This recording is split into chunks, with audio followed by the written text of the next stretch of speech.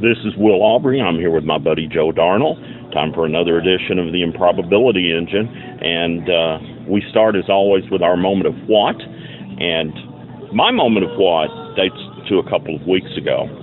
I was in Louisville at the West Sunset Classic doing Calloway County basketball. And we're doing a commercial break. And this lady walks by, runs her fingers through my hair, and says, "You have pretty hair."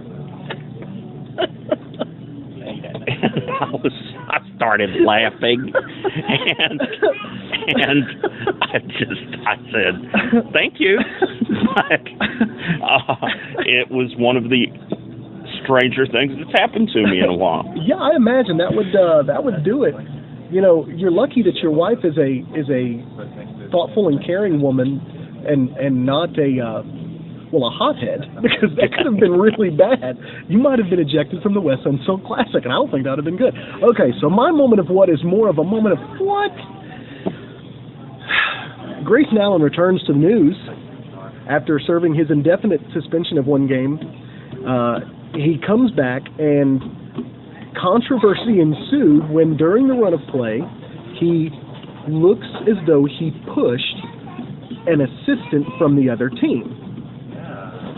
Now, this, of course, got blown up on the media, and since the time, the assistant has come out and said there's absolutely nothing to this. It just it was something that happened. It looks worse in slow motion replay than it did in the course of events and how it actually happened. And it brings me to this point. Players are often given different standards. Grayson Allen is going to get criticized for every single thing he does because he has a habit of tripping people on the basketball court. He just does that. He's going to be labeled a dirty player, and everybody's going to look at him and wait for him to do something dirty. Now, the point I'm making with Grayson Allen is that anytime you have somebody who has a track record, those guys are going to get extra scrutiny. Ron Artest, Rasheed Wallace, those kind of guys played a certain way. Now, were they good players? Of course they were, and I think Grayson Allen's going to be good, but this is a guy who's just going to have to start dealing with the fact that the way he decides to play is going to give him more scrutiny. So expect more moments of what from Grayson Allen? Absolutely. Now let's move on to Murray State basketball. I can't get a handle on this team. After the Wright State game, I thought, they're pretty bad. And then they beat TSU. They go on the road, and they're playing Jacksonville State and Tennessee Tech.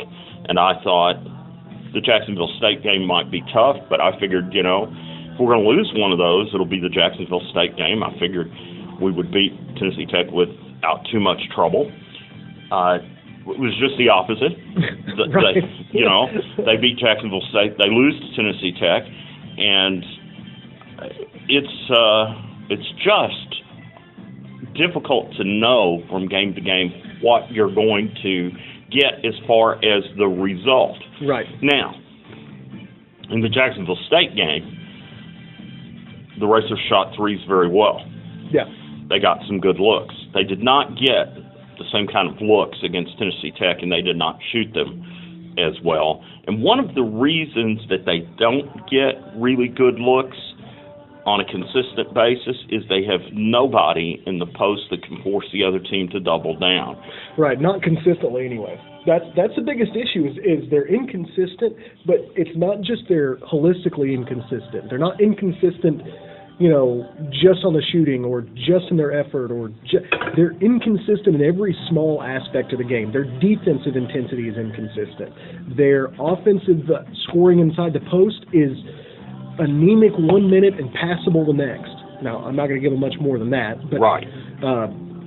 Their shooting is feast or famine. There's very little middle ground. And when you're taking difficult shots, which, to be fair, they did in both of those games, when right. you're taking difficult shots, your shooting's going to be streaky. Yeah, absolutely. And That's not to say that here's the thing. I'm looking at these guys. I try to take a step back and look at them from a trend perspective as opposed to looking them at a granular perspective, because frankly, if you look at the granular perspective, there's absolutely nothing that makes sense about this team. Nothing. This is a team that beat an undefeated in the Missouri Valley Conference Illinois State team and played with them in every aspect of the game all game long. Played, good defense, was able to shoot, had guys step up. You saw some skill, you saw movement, you saw effort. It was great. And then you bring up the Wright State game or the Evansville game. And the Evansville game, they didn't play like they belonged on the same floor. No, they looked horrible. They looked horrible at everything. And now some of that is whenever the team you're playing against shoots, 90 some odd effective field goal percentage.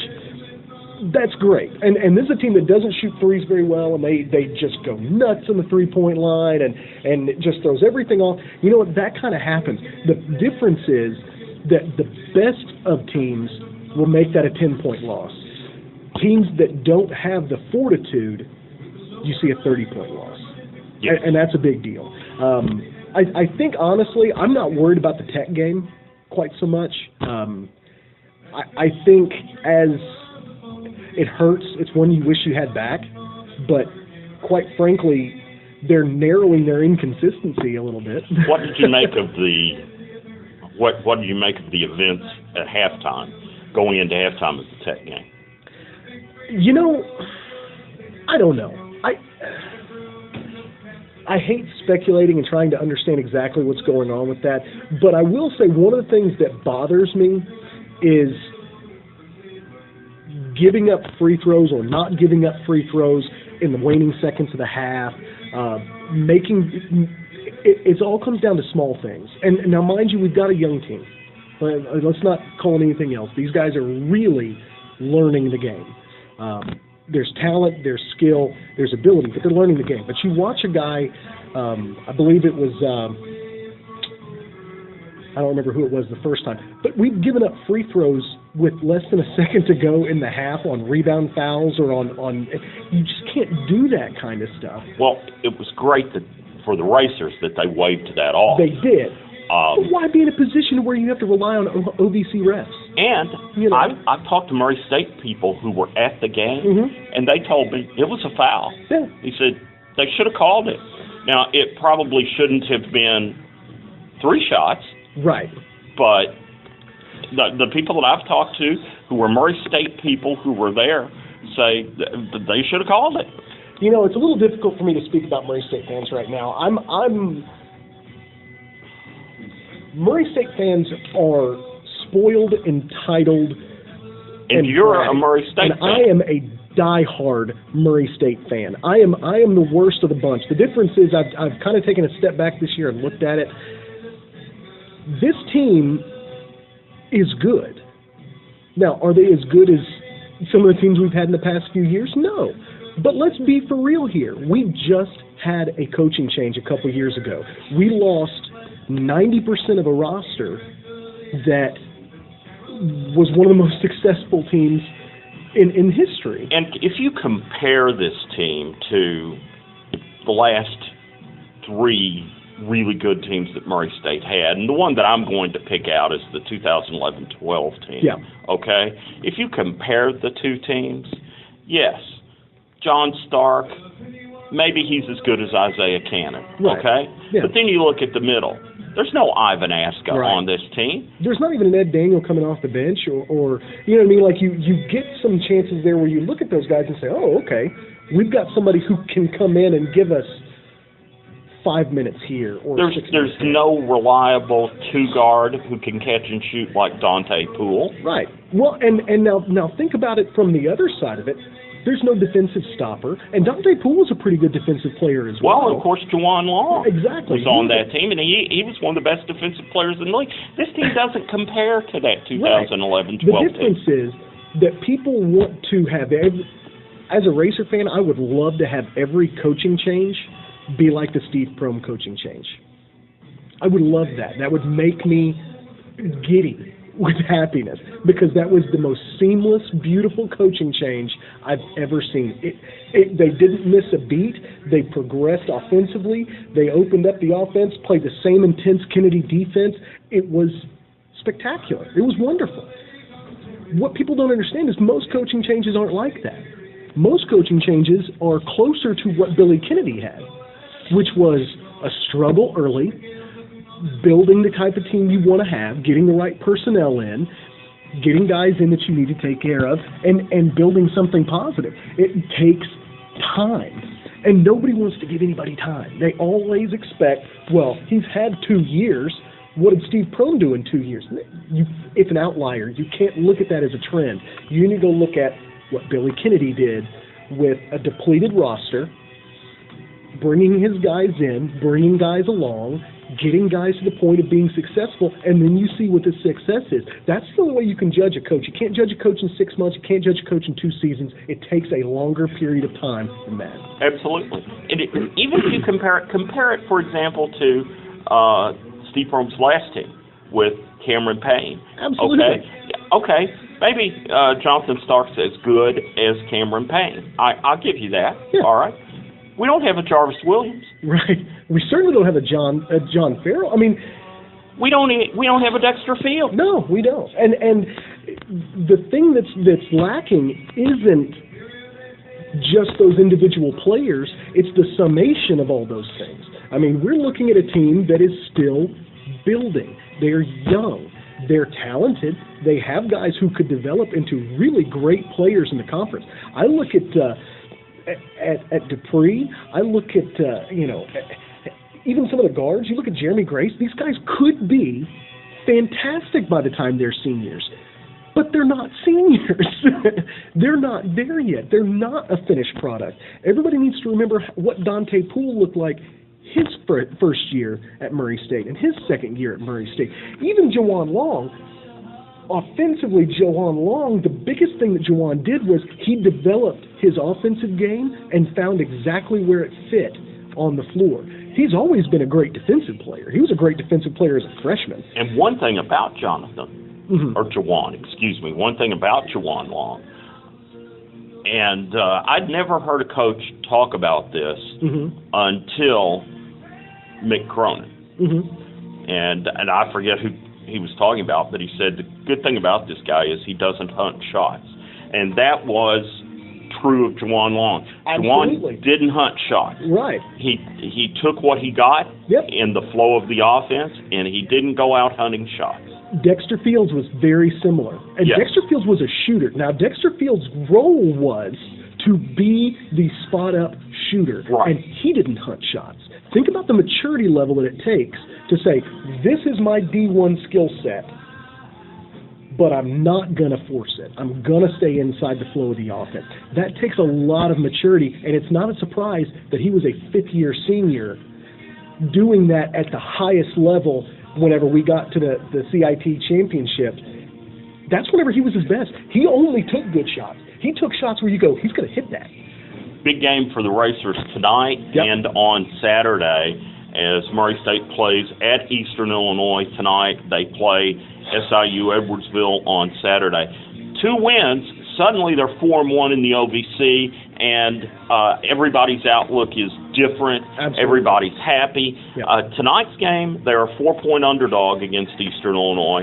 Eastern Illinois beat Missouri. They did. Now, there are people who will tell you, well, Missouri's not any good. But when's the last time that Murray State beat a team from the Big 12? Well, Missouri's in the SEC now, so you have to ask the question, when was the last time they beat an SEC team? Yeah, you can't name one until you go back to 2010 and beating Vandy in the NCAA tournament. Yeah, and that Vandy team was much better than this Missouri team. Absolutely. Let's be clear. But then again, when they played was different as well. You know, you look at what EIU's done this year. They're extremely talented, and they've got my favorite player in the OVC that's not a Murray State racer, Cornell Johnston. Cornell Johnston. I look at that guy and I swear he's 5'3". There's no way he's 5'7". He is 5'3", and he's averaging double figures. He's got an incredible outside jumper. He's a guy you cannot leave open. And their head coach is one of my favorite non-Murray State OVC coaches ever, in Jay Spoonhour. I was talking to him at the beginning of the season. He was talking about how inconsistent his players had been the previous year, and I said, what can you do to make them more consistent this year? And he said, well, they weren't inconsistent on purpose. They're not evil. And that really is the point. You know, you look at a team that's inconsistent, and inconsistency is the hardest thing to fix as a coach, because you cannot do anything about it. You can incentivize and you can punish, but you can't make somebody give effort. You can have the perfect game plan, but if you have inconsistent effort given, it doesn't matter. And so I think part of what you're seeing, a lot of the criticism leveled at Coach Matt McMahon so far this season has been on his substitution patterns. How do you incentivize good effort? And how do you incentivize somebody giving everything that they've got? And how do you keep confidence high? You know, there's been some people who've talked about, oh, well, he's one of our best players. Why are you sitting him down? Well, he's also a young player. He's made 3 really good effort plays. You want him to have that confidence, so you sit him down now when he's starting to get tired, before he commits a stupid reach foul or does something that's negative, and you can say, hey, great job, man, rest up, we need you in another 5 minutes. I think the key is going to be penetration against Eastern Illinois. Absolutely. At the beginning of the year, I was talking once again to Coach Spoonhour, and he discussed the rules changes, and he said, we're not playing the way we did last year. I'm going to ignore the rules. We're going to play defense the way that I've always taught it. Now, they're committing 2 or 3 more fouls per game than other teams are. Yeah. If you take it to the hoop against them, put them in situations where they're liable to foul, there's a good chance you could wind up getting a lot more free throws than they do. And I think the Racers, they need to have their guards attacking the rim. They need to have DeMarcus Croker attacking the rim. Absolutely, and you look at what Eastern Illinois has down low, and they've got a 6'9" guy in Musa Dama, 6'9", 225, long guy, pretty good, leading rebounder, averaging almost 10 rebounds a game. This is a guy that is going to cause a little bit of problems for us. Now, they don't have tree toppers. They don't have, the Pitkowskis like they've had at different times where they're 7'1" and 7'2", and they can just run them out there all day long, and you have to be faster than them. But they've got some guys who are athletic now, and the only way you can have a guy back there who's going to be a rebounder, you got to attack that guy. And you got to attack that guy and then hit free throws. Huge deal. The SIU Edwardsville game on Saturday is a game that the Racers should win and must win. They're heavily favored in that game. They can't afford to lose that game. If they beat Eastern Illinois tonight, they have to come ready to play on Saturday. You can't have a situation like last week where they go to Jacksonville State and win and then lose at Tennessee Tech. Can't have that this week. No, I completely agree. And what you're looking at with SIU Edwardsville, they're a team that's got some wins this season that have been pretty good. They've won some games they probably shouldn't have. They're inconsistent. Now, this is what's scary. I wouldn't put money on the Murray State versus SIU game. I wouldn't put your money on it, Will. I am so unsure of what either team will do and bring at any given point during the season, let alone in this game right now. There's no way to know what they're going to do. I mean, they've lost their last 2 in conference.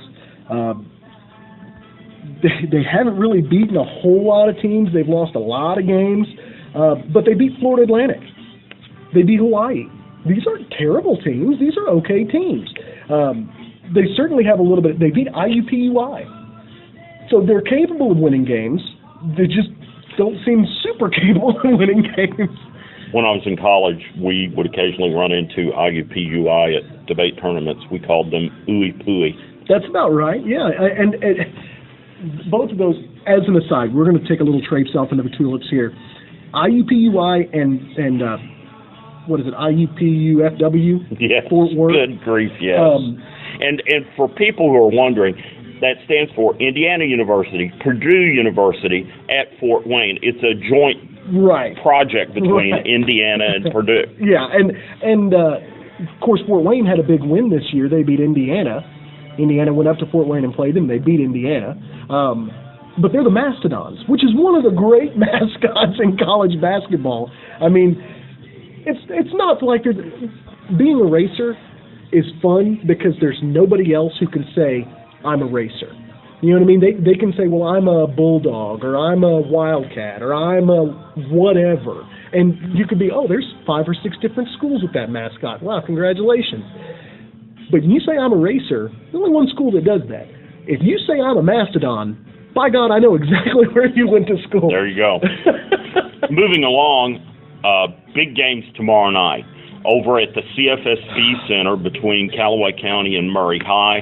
And, the girls play at 6:30, by the way. Yeah. And then the guys are going to play at 8-ish, depending on how long the girls' game lasts.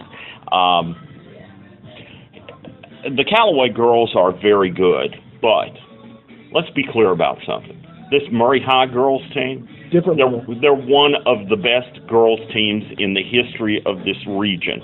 They're one of the top teams in the state of Kentucky, and Callaway will have to play their best.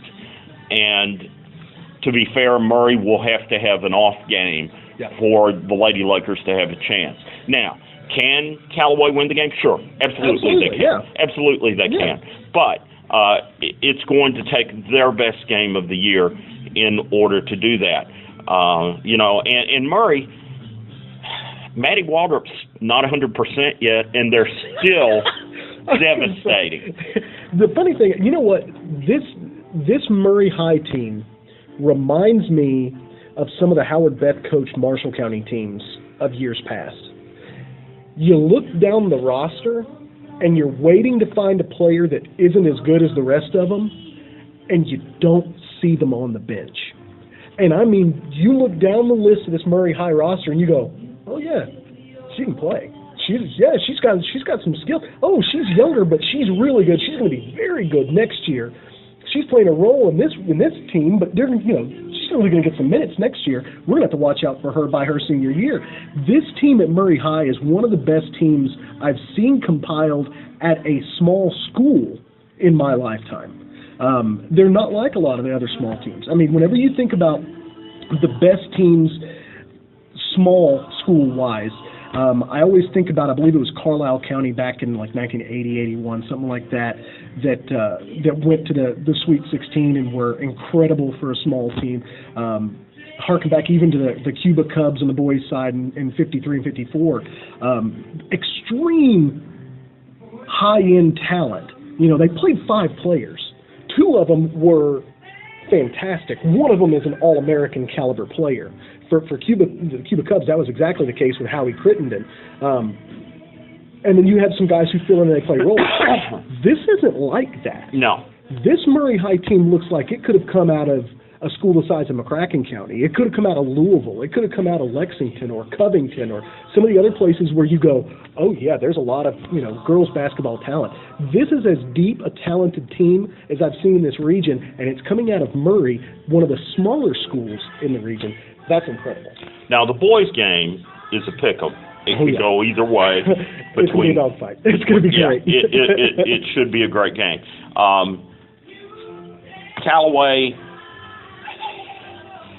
and Murray are fairly evenly matched. The Lakers are a team in search of balance. Yeah. They have a lot of players who can do one thing, but not another. I mean, the guys they have that can score aren't very good defensively. Right. The guys they have, they're good defensive players. They're not great offensive players. Right. And then they have 2 players who can't make a free throw to save their lives. And I'm not exaggerating. One of them's 2 for 22, I believe, on the season. And that's psychological. And because let me tell you, it's not a physical issue of getting a ball the number of feet up in the air and the number of feet away. It's not that part. It's absolutely the psychological aspect of repetitive free throw shooting. You just got to get the gym and do it. And then the other one's under 25%. Yeah, and that happens. So, yeah, and that'll kill you. Yes. I mean, it'll kill you. And especially if it's your point guard and you're protecting the league late in the game. Well, you think back to the Callaway team with Jeremy Bumpus and with those guys. They had Futrell at the point guard Now, that young man was not very big, but he could hit free throws blindfolded with one hand while being attacked by wild dogs. That reminds me of a story. One of my favorite all-time Murray State lady racers, Jessie Leifer. She was Jessie Hirsch when she was at Murray State. Nobody played any harder than Jessie. She was, I thought, a terrific player. But anyway, when she was in high school, she had to go to the free throw line at the end of the game, chance to win the game. And her mom is screaming, "Be cocky like your daddy! Be cocky like your daddy!" So she gets up there and puts the ball in the palm of one hand, has the other hand at her side, flips it into the basket. And her mom yells, "Not that cocky!" You know what, though? That's what you've got to have. It's as much a muscle memory thing and a psychological thing as it is anything else. It's like putting in golf. It's like, it's the repetitive muscle memory to make it do exactly what you want it to do. You play disc golf, and I've often thought disc golf, it's disc golf for a reason, because it is a repetitive muscle memory action that you've got to be very controlled on. I'm horrible at golf because I get on the green, and every once in a while I'll get a case of the yips. I'll pull up short, I'll hit it long, I'll smash a ball, twice as hard as I need to. In free throw shooting is a very similar thing. You just gotta take your mind out of it and let your muscles take over. The best free throw shooters could do that. They just get up there and do the same routine over and over again. One of the strangest things I ever saw, and I don't remember who it was, but in the last couple of weeks, I'm watching a college basketball game. The guy is an 80% free throw shooter, and he shoots an air ball. Oh. And you wouldn't think that's possible, but it happens. It is. Well, and what we've seen, I actually saw a player in the NBA who had struggled with shooting free throws, had switched to the underhanded granny-style shooting, and I saw him hit 2 free throws. He probably hadn't hit 2 free throws in his career in a row, let alone at one go. And a lot of times what you're seeing are guys who are afraid to be, they don't want to be, it's a free throw. If you're a good shooter, if you're a good basketball player, a free throw should be the easiest thing you do, and oftentimes it's not. And how do you explain somebody who can shoot threes but not free throws? It's between the ears, not between the shoulders. It's absolutely a muscle memory thing and a mental thing. All right. Anything else on sports? Looking forward to the playoffs in professional football, Packers, Cowboys, just because I want to see how long this Cowboys thing lasts. I mean, I'm not a Packers fan, but I have despised the Cowboys for my entire life. So, go Pack, go. Yeah, well, they might be playing without Jordy Nelson, who's got bruised or cracked ribs. I'm sorry. They had a little trouble diagnosing it because of contusive trauma, which is hilarious. It's just bad bruising, swelling and bruising. Get some duct tape, tape him up. That's it, yeah. Right. Turn him loose. I don't have to feel it. It'll be okay. Hopefully I'm a Patriots fan, so hopefully the Patriots wouldn't, and Tom Brady has to be the MVP. Wouldn't it be great to see Roger Goodell give Tom Brady the MVP award? I don't think he has to be the MVP. The most valuable player is Matt Ryan this year. Who? Matt Ryan. You heard me. I said it.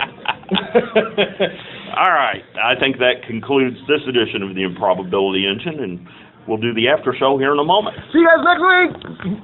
Okay.